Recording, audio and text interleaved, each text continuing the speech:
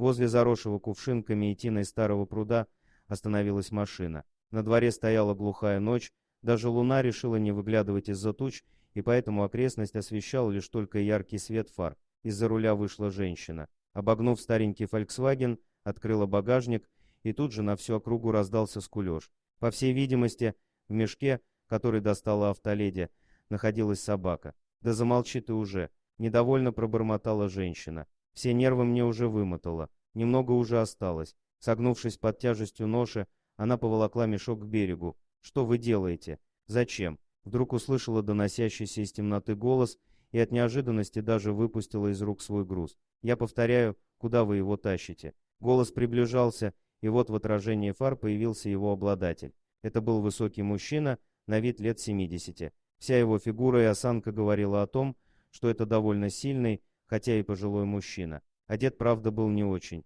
Видавшая виды затасканная куртка, спортивные штаны, которые давно утратили презентабельный вид. «Ваше-то какое дело?» — огрызнулась женщина. «Моя шавка, что хочу, то и делаю с ней. Но это же живое существо!» — воскликнул старик. «А скоро будет мертвое», — осклабилась живодерка, как и его хозяин. «Надо же, сам помер, а этого мне оставил. А я еще живая и нормальной жизни хочу. Не понравился, видите ли, ему мой новый ухажер. Только в гости ко мне заявился, а эта сволочь...»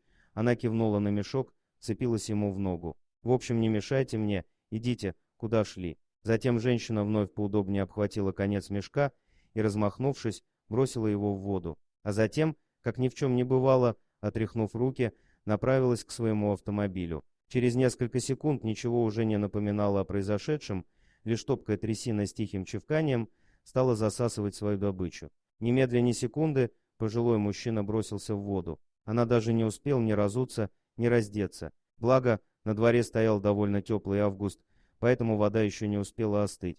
Буквально в 2 грибка пенсионер одолел расстояние до мешка. Стараясь держаться на поверхности, он на ощупь распутывал веревку, стянувшую горловину. Еще пара секунд, и спасенная собака, не оглядываясь, погребла к берегу. Она вылезла на сушу, отряхнулась, распространив вокруг себя фонтан брызг и замерла. «Беги давай, беги!» — подбадривал несостоявшуюся утопленницу ее спаситель. А сам тем временем попытался встать на ноги. Пруд был неглубокий, но очень опасен тем, что имел топкое дно. И хотя странник был довольно высок, вода доходила ему почти до плеч, а каждое движение все глубже и глубже засасывало выл. Собака все стояла на берегу, а затем рванула куда-то в темноту. В ту ночь Даше не спалось. 12-летняя девочка не боялась оставаться на ночь одна, тем более, что в будке во дворе ее покой оберегал ее верный дружок. Девочка ворочалась сбоку на бок и прислушивалась. Почему-то именно сегодня пес ни с того ни с сего подал голос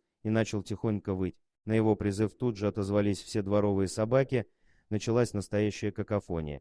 Даша не выдержала, встала и вышла на крыльцо. Дружок метался на длинной цепи возле будки, а рядом с ним сидел какой-то мокрый чужой пес и как будто что-то рассказывал дружку. Затем незнакомая собака увидела Дашу и кинулась к ней.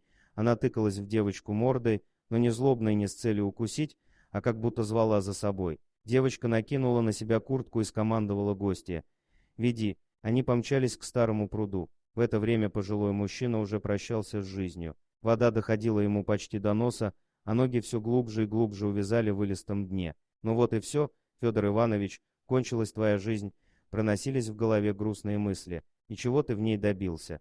Кому оказался нужен на старости лет?» Буквально через пару минут пожилой мужчина уже выбирался на берег.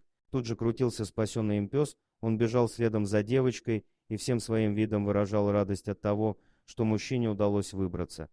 Спасибо за просмотр, подписывайтесь на канал, где вы найдете еще много интересного, а также ставьте лайки и пишите комментарии, что думаете по поводу этой истории.